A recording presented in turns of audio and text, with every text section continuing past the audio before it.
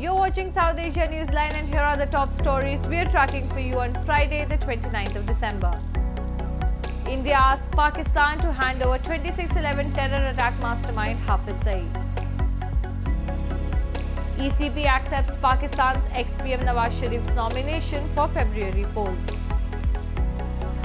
And probe against Pakistan police for harassing Afghans during repatriation.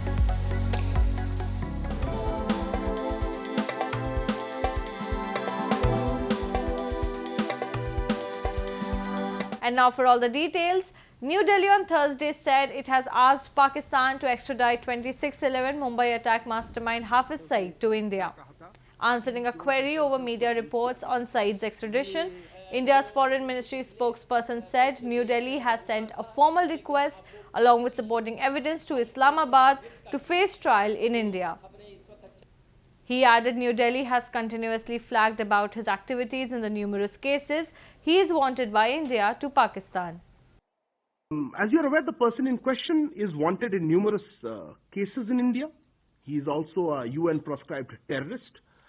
In this regard, we have conveyed a request along with relevant supporting documents to the government of India to extradite him, government of Pakistan, to extradite him to India to face trial in a particular case.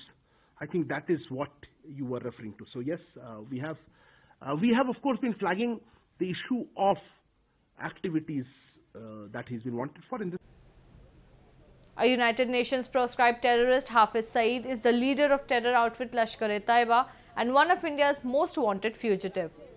In 2019, Saeed was detained by Pakistani authorities against the charges of terror financing. However, his current whereabouts remain unknown. Speaking highly on the bilateral ties, India's Foreign Minister S. Jaishankar said the relationship between Moscow and New Delhi is much deeper than just diplomacy or economics. During his 5-day visit to Russia, Jaishankar said both the countries always try to find new linkages and common points. He said that in the ever-changing world at present, India and Russia are constantly trying to refresh each other's understanding with efforts from both sides consistently focused to deepen the same. India has not yet condemned the Russian invasion of Ukraine but has maintained that the crisis must be resolved through diplomacy and dialogue. India's import of Russian crude oil has gone up significantly despite increasing disquiet over it in many Western countries. Moving on, the Election Commission of Pakistan on Thursday accepted former Prime Minister Nawaz Sharif's nomination for the 2024 elections weeks after a court overturned 2 graft convictions. According to media reports, Sharif's nomination for Mansehra's NA15 constituency were reportedly approved by the returning officer despite objections by PTI leader Azam Swati. Notably, Sharif still needs the removal of a life ban on holding any public office to qualify to stand, which has raised suspicion over the acceptance of his nomination.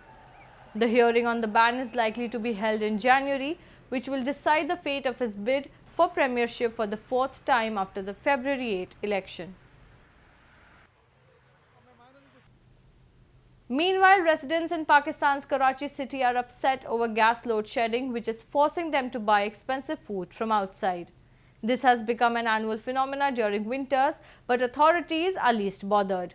A report. The gas crisis has intensified across Pakistan's financial capital Karachi, with residents complaining that load shedding and low pressure of gas has affected their day-to-day routine.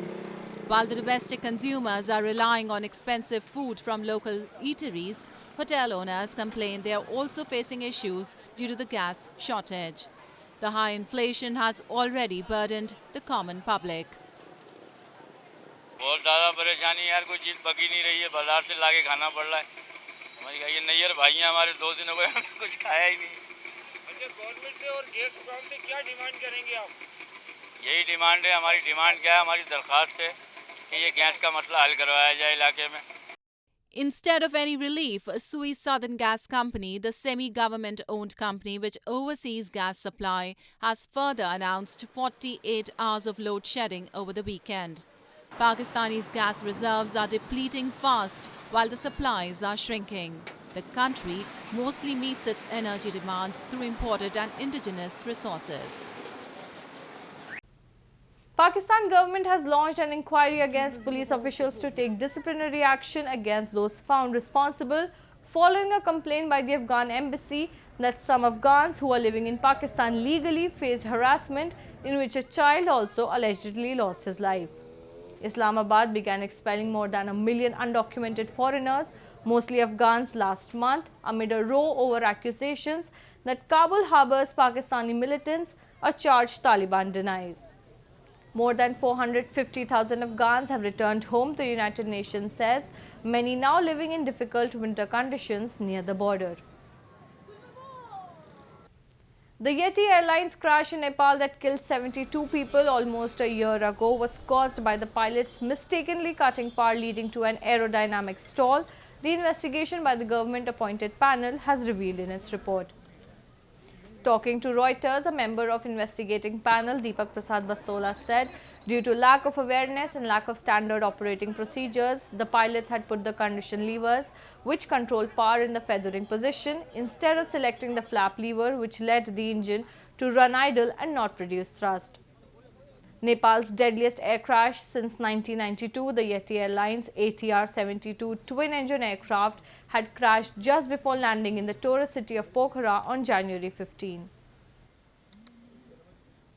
A Nepali woman who lost her leg at the age of 12 due to cancer has become inspiration for many, with her resilience to become an accomplished dancer. Take a look.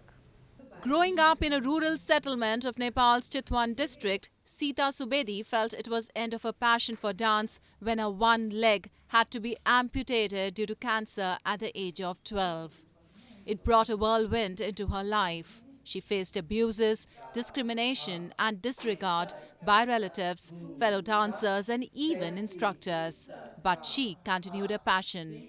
Upon coming to Kathmandu, where she pursued graduation, she enrolled in Kalanidhi Indira Gandhi Mahavidyalaya to learn Kathak.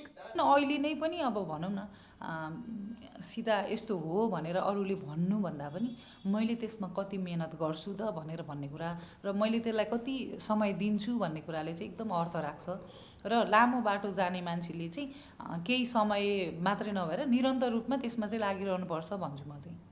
Subedi in the year 2018 became the gold medalist in the dance subject. Despite going through lows, her perseverance paid off and she now stands tall as an accomplished Kathak dancer. Her story is reminiscent of Sudha Chandran, who lost a leg in an accident at the age of 16, but went on to become an accomplished Bharatnatyam dancer and Indian actress. That's all in tonight's edition. We will see you same time next week. Have a great weekend. Good night.